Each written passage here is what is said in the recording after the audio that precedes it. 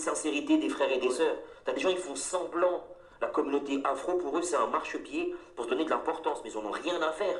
Ouais, ça c'est vrai. Il y en a, ils font semblant, mais quand t'es dans les coulisses, t'es dégoûté du nombre de frères et des sœurs qui font semblant. Eux, en fait, ce qu'ils veulent, c'est juste exister. C'est pas le bien-être des frères et des sœurs qui sont derrière, qui sont dans l'anonymat, pour les aider. C'est pas ça leur objectif. Leur objectif, c'est eux, leur poche. Blaf 106, Africains, Africaines, bonjour, comment allez-vous? J'espère que vous allez bien. J'espère que vous avez le soleil dans la tête. C'est ma petite formule qui est un peu répétitive, mais j'aime bien. Donc je vous le dis à chaque fois. Le marché de Ouagadougou. Alors, je regardais, parce que je regarde beaucoup d'émissions, et j'ai fait quelques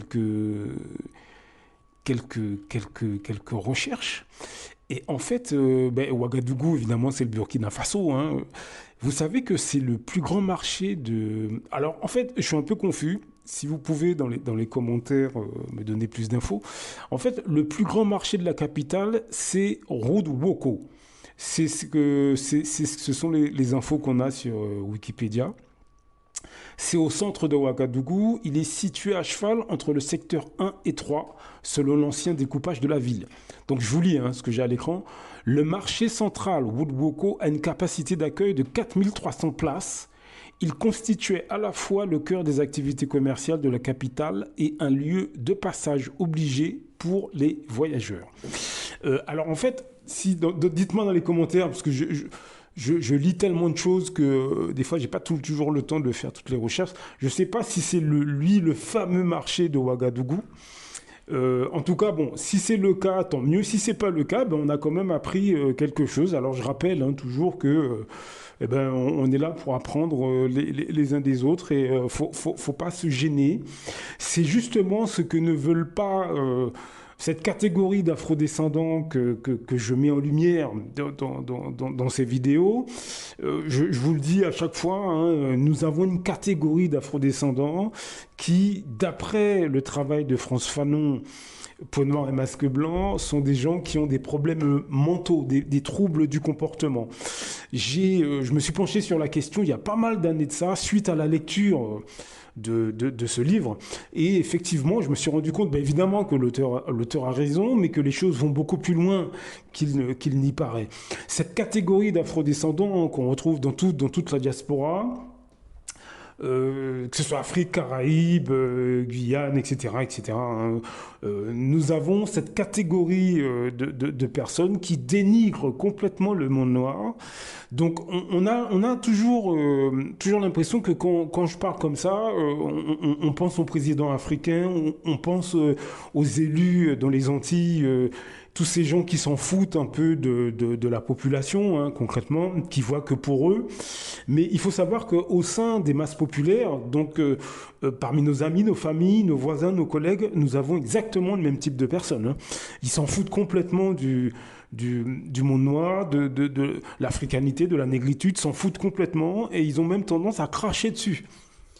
Alors mes propos sont sûrement choquants pour vous, mais c'est la vérité. Vous avez un grand nombre d'afrodescendants, Afrique, Caraïbes, etc. Ils crachent sur le monde noir. C'est ce que j'ai un petit peu observé pendant de longues années. Je me suis penché sur le comportement de ces gens et je sais exactement ce qu'ils font, ce qu'ils disent, comment ils le font, où ils le font, etc. Et je vous assure que la situation est très grave.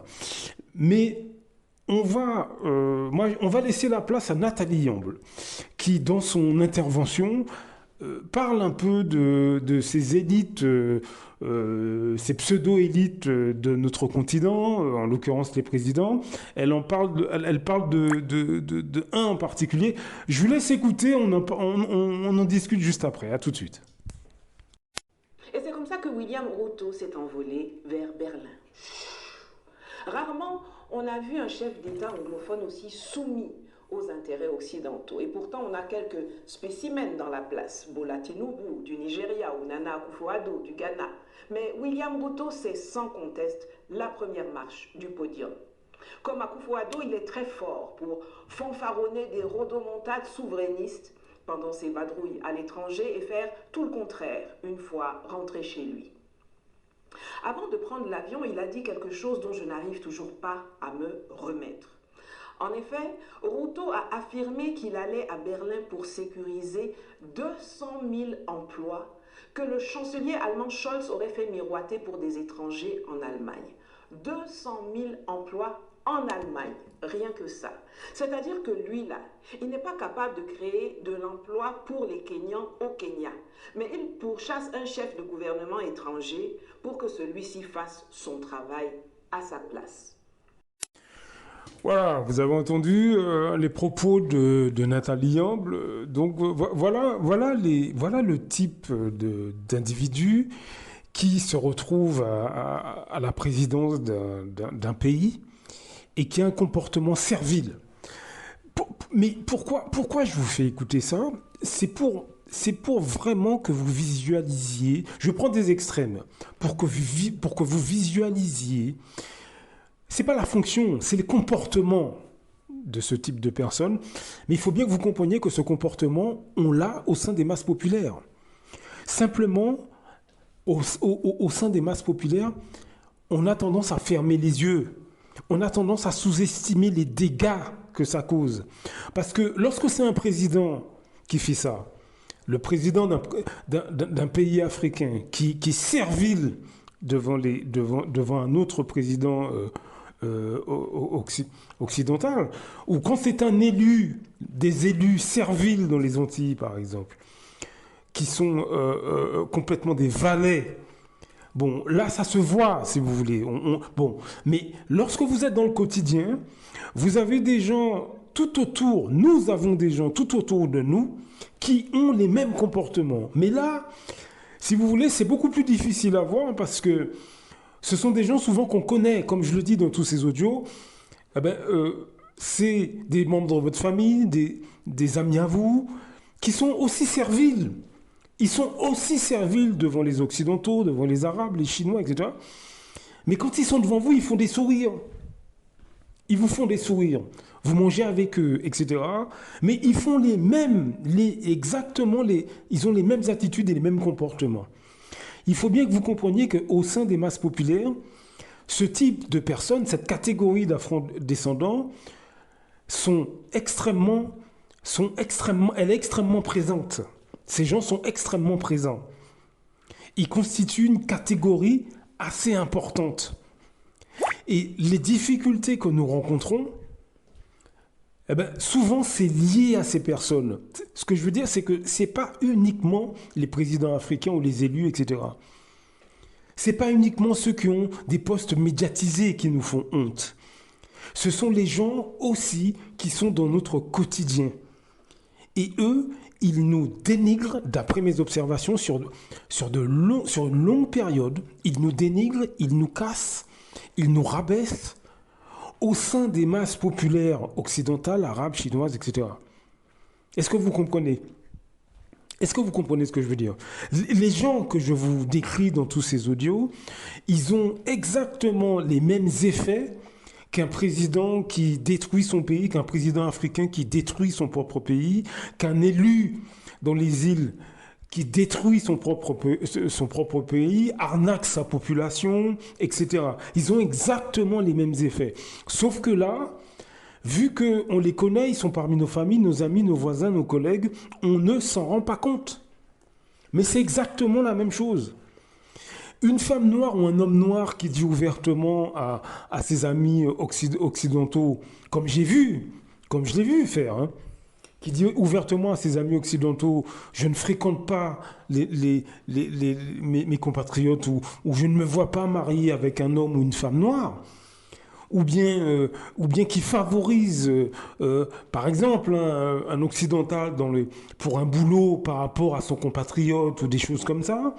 Mais ça a autant de dégâts qu'un président qui écrase son pays, qu'un président africain qui détruit son pays, ou un élu, ou ou un afro-descendant en France ou ailleurs, qui a un poste à responsabilité, qui est censé aider ses compatriotes, mais en fait non. Il les écrase, il aide les autres à les déposséder, etc. Eh bien, dites-vous bien que dans notre quotidien, au sein des masses populaires, c'est exactement la même chose.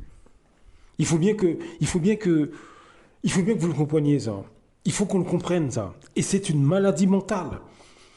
Les présidents africains ont des problèmes mentaux. Les élus dans la Caraïbe ont des problèmes mentaux. Ce sont des gens qui... D'ailleurs, tous les afrodescendants qui sont médiatisés en France et au sein du système français, ils ne prennent pas de gens équilibrés. Hein. Non, ce sont des gens manipulables qui ont des troubles du comportement, des complexes d'infériorité, qui ont des problèmes avec leur négritude, etc. Ce qui les rend cupides, ce qui les rend dédaigneux vis-à-vis de leurs semblables, et avec un profond sentiment de supériorité. Mais ça, c'est la maladie mentale qui est dans leur tête, ni plus ni moins. Ni plus ni moins. Eh bien, il faut bien que vous compreniez qu'au sein des masses populaires, nous avons exactement le même type de personnes. Exactement le même type de personnes. Simplement, on les côtoie tous les jours, ils nous font des sourires, ils écoutent nos musiques, ils se coiffent comme nous, ils mangent comme nous, ils ont nos accents. Donc on n'a pas l'impression qu'ils sont là, mais ils sont là en masse. Lorsque vous achetez une nouvelle voiture, ce sont eux qui vous jalousent, qui vous calomnient. Lorsque vous réussissez un concours, qui vous jalouse, qui vous hait, c'est eux. Lorsque vous montez une entreprise, qui vous descend, qui vous vole, s'ils sont parmi vos employés, ou bien si vous les choisissez comme associés, qui les vole, qui vous vole, c'est eux. Qui vous descend, qui vous empoisonne dans nos pays, sur notre continent, l'empoisonnement est légion. Dans les Antilles, le meurtre entre Caraïbéens est légion. D'après vous. Ah ben ce sont ces personnes. Ce sont ces personnes. Donc ouvrons les yeux, parlons ensemble de ce problème mental, parlons de ces problèmes, de ces troubles du comportement et essayons de trouver des solutions. Blaf, à très bientôt. Beaucoup d'Africains se lèvent contre des autres Africains. C'est généralement à travers la corruption. L'Europe, l'Occident le sait. La meilleure façon de faire tomber un Africain qui se lève pour les intérêts des Africains, il faut aller corrompre ses amis ou ses compatriotes. C'est comme c'est toujours à cause de l'argent. Celui qui a fait tomber son cara, il a fait pourquoi? C'est parce qu'il voulait être son cara à la place de son cara.